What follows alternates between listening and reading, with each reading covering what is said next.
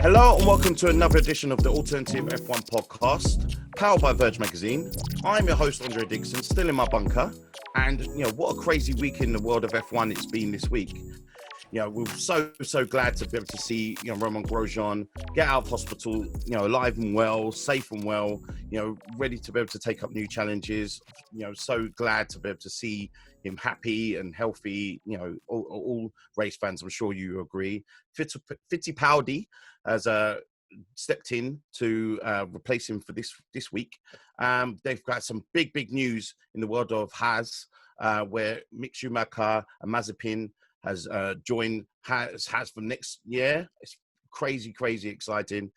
And obviously, biggest news for this weekend, obviously, besides the great news for Romain Grosjean, has been George Russell joining to fill in, well, temporarily at the moment. I know he wants it to be permanent, but temporarily filling in for Lewis Hamilton, who's out, unfortunately, with COVID. Hope he gets well very soon, but we're so excited to see what George Russell can do in this beast of a car. And this week for us, it's been one of the most exciting weeks. We've had a chat with the brilliant Jamie Chadwick. Now, Jamie is a reigning champion of the W Series and a member of the Williams Driver Academy. Jamie has recently worked with Arlo, Europe's #1 home security camera brand, on its first ever ad, which is seeing her doing what she does best, which is racing around the track, putting Arlo Pro 3 floodlight cameras through its paces. Now, to find out more information about Arlo and its full range of home security products, you can visit www.arlo.com. But for now, here's Ariana Bravo and myself chatting to the amazing Jamie Chadwick. Enjoy. So, Jamie, how have you been coping, during this, crazy pandemic? At home, and obviously I've seen you out and about, but how have you been coping? Yeah, it's been weird for me. I think the first lockdown we had earlier in the year was definitely the first time I'd been sort of in my own flat, in my own bed for more than sort of 4 or 5 nights at a time. So I quite enjoyed that, actually. Weirdly, quite enjoyed being at home. And then, fortunately was able to get back racing quite soon after. I had only a couple of months in lockdown. Got back racing. Been just flat out, to be honest, back and forth between here and Europe a lot, and still not finished with the season, so still one more race to go going into December.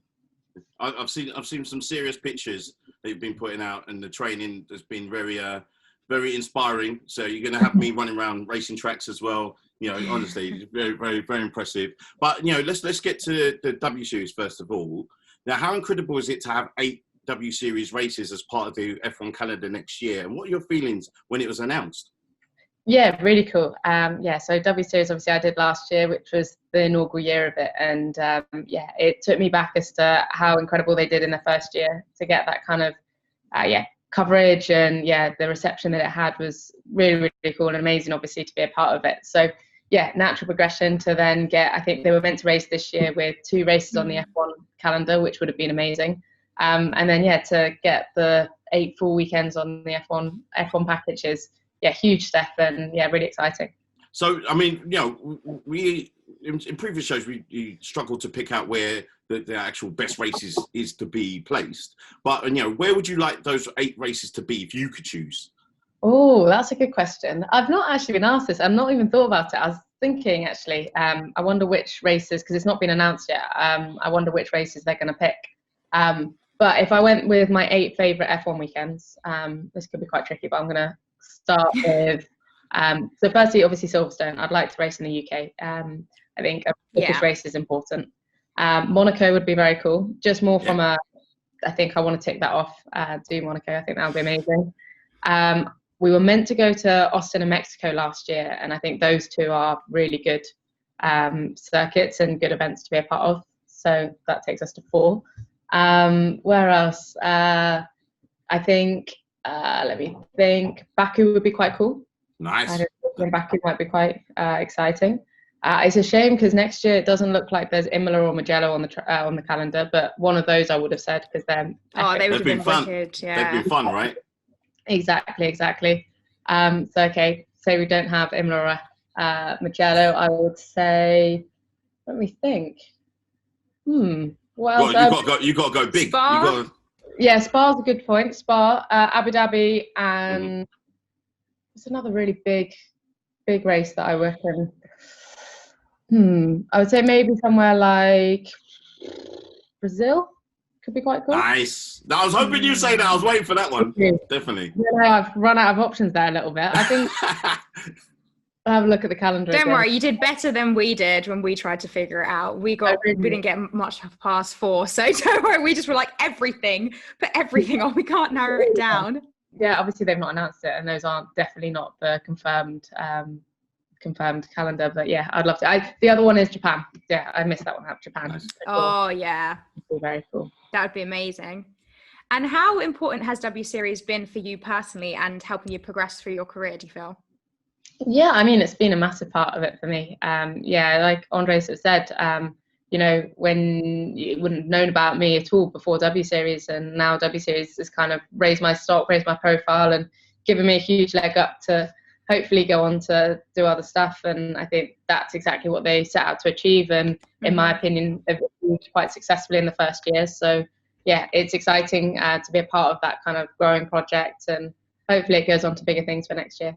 Yeah, it's definitely seems like it's on track for that. And as you said, it's been amazing at setting you guys up and giving you the visibility that otherwise it may have taken a bit longer. I mean, I'm sure you would have got noticed on a wider stage regardless because you're incredibly talented, but it does help sort of project people out there, which is really good.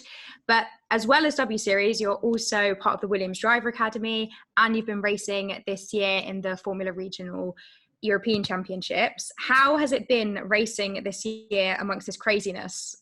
It's a good question. It's been different, although it's weird. I think same for everyone in every sort of walk of life. It's become like a new normal. I know so I remember it came about, the deal to do this year's racing was really late in the day. I wasn't sure I was going to be racing with everything going on, but managed to get a seat in this Formula Regional European Championship, and yeah, quite quickly was shipped off to Europe to do the sort of testing before the season. And yeah, it was very different straight off the back. But what I definitely found was unusual was the first race, there was no one there. And I mean, it's not like I'm racing normally in F1 weekends where there's loads of fans, but still there's always at least, you know, tens of thousands of people just sort of coming to watch, and there was no one. And it felt like I was just turning up to another sort of practice day. So that was really weird, but I started to adapt to it. Definitely has become, like I said, the new normal. And yeah, in terms of the season, it's just exciting to be back racing. It's by no means the ideal situation to be traveling in or anything, but to be able to be out racing and yeah, have the season that I've had has been incredible. So in your interview recently with Kirsty Gallagher, you said you're a massive foodie.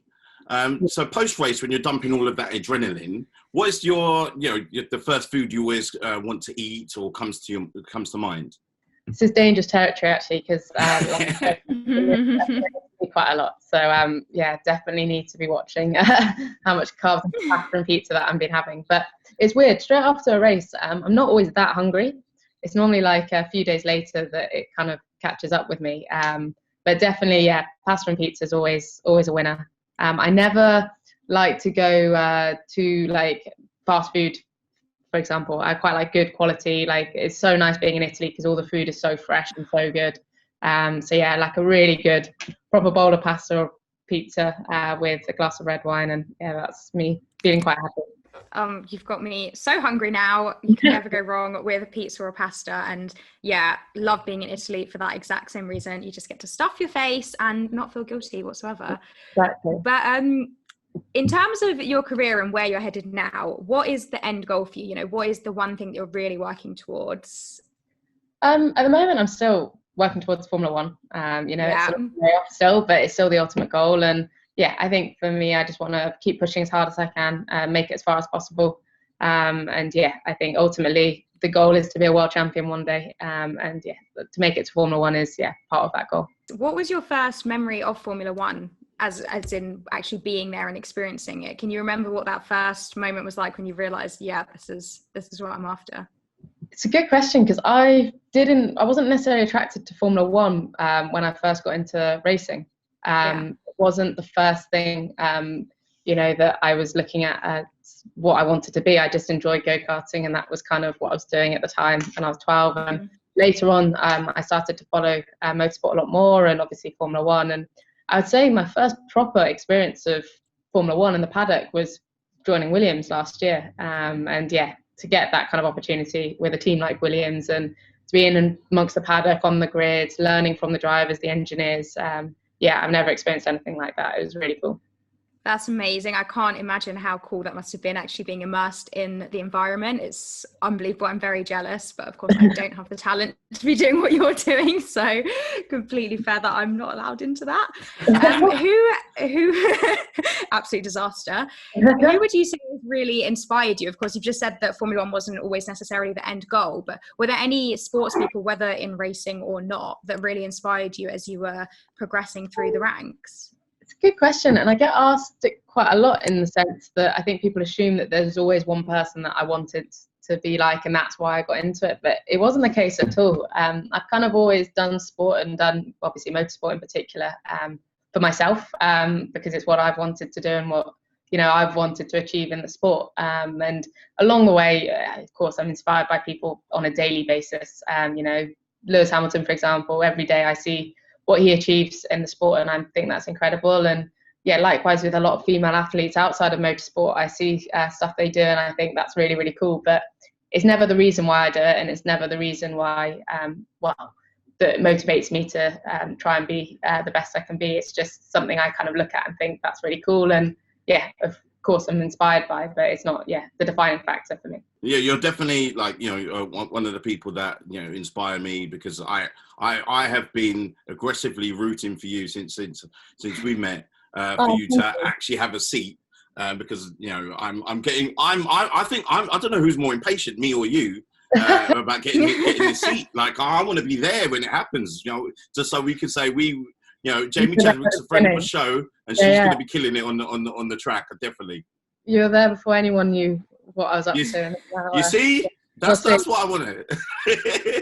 No, right, for those who don't know, like, you know, I met Jamie just before I knew anything to do with W Series, and literally, you know, as the interview was progressing, you know, Jamie was telling me about what she's doing. I was thinking, this.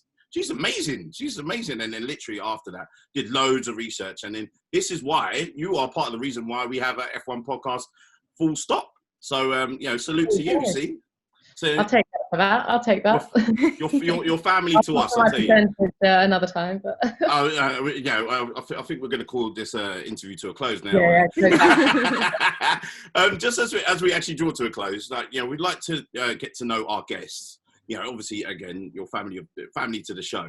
But I want you to tell us, like, a few things, just 3 things at the start. So what musician, artists you listen to at the moment and would recommend to other people?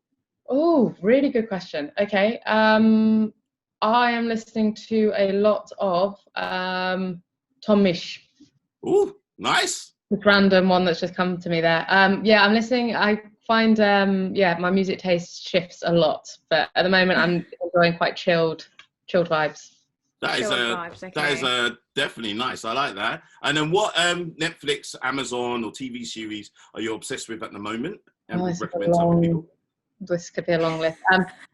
Queen's Gambit I've just watched, which I really enjoyed. Everyone's going on about that at the moment. Yeah, I mean, it's definitely worth watching. It didn't change my life, but definitely worth watching. It was good. Yeah, it's very good. And it was quite cool because it's, not to give it away, but it's about a female chess player, and she basically just smashes it up against every competition she's up against, like old, male, female, everything. She just is unreal. Sick. So very cool. And Amazon, what was I watching on? Oh, Succession. I started watching that. Yeah, you see, that's I Know We're Friends, because that's the show. What series are you up to? With season 1. I've just finished season 1, so I'm gonna get into season 2 after this. It gets better. It gets even better. But to be honest, I'm giving you like the more intellectual stuff that I've been watching. There is absolute crap in there as well. So no Mandalorian. No, I've not seen that. Oh, that's it. You know, is that good? Please today. Okay. Please. That's all I ask. I don't ask much from you, but please today. That's got to be right. Right, and a person or social media account that we should check out or follow, the ones that you would recommend. I mean, yeah, leave me and alt sport out of this one. Yeah, so basically the motorsport thing is going to go out the window here. I'm going to say the accounts I really like. Oh, can I give you a few? You go for it. Go on, go wild. So One of them is called, it's actually Professor Green's like food account. It's called I Used Oh to, yeah. but now and then that's his account. And he basically, I'll have to have a look at it now, basically just puts photos up of his Sunday lunches and just really good food and stuff. The other one is called Clerkenwell Boyce, and I live in London, so it's basically just a food channel of like good places in London, which is a bit of a pain in the ass because of lockdown. And the final one is Architectural Digest, which is just photos of celebrities' cool homes. That's so cool. Oh, Yeah. I'm going to follow that one. It's really Food good. one's an obvious no-brainer, but that one sounds good as well. Architectural Digest. It's yeah, a bit of a game changer. And just before you go, you know, obviously you have a big fan base and a lot of people looking at you and wanting to be where you are and following your footsteps. So, like, you know, if you can give them one non-standard answer, piece of advice, what would you say to them? Non-standard answer. Yeah, because everyone always says, you know, you can, you know, try your best, keep on going, all of those things. It's a bit standard, but I say it's nice to be nice. I like that. I like that. That's a good one. Be nice. Honestly, it is yeah, it's always it's nice to be important, but always more important to be nice, you know. So that's I've been waiting to use that for such a long time. You've given me that inroad as well. Jamie, thank you so much, you know, for spending some time with us. Really appreciate it, and thank you again to Arlo. Again, it's if you want to be able to get more information about Arlo, double check, you know, www.arlo.com. you know, for all your information on Arlo. You know, but thank you again, Jamie. It's been amazing to speak to you, and hopefully we get to see each other in person at some point. You know, again, you know, when the world becomes a bit more normal. But until then, you know, we're out. Thank you again. Peace. Thank you. Thank you.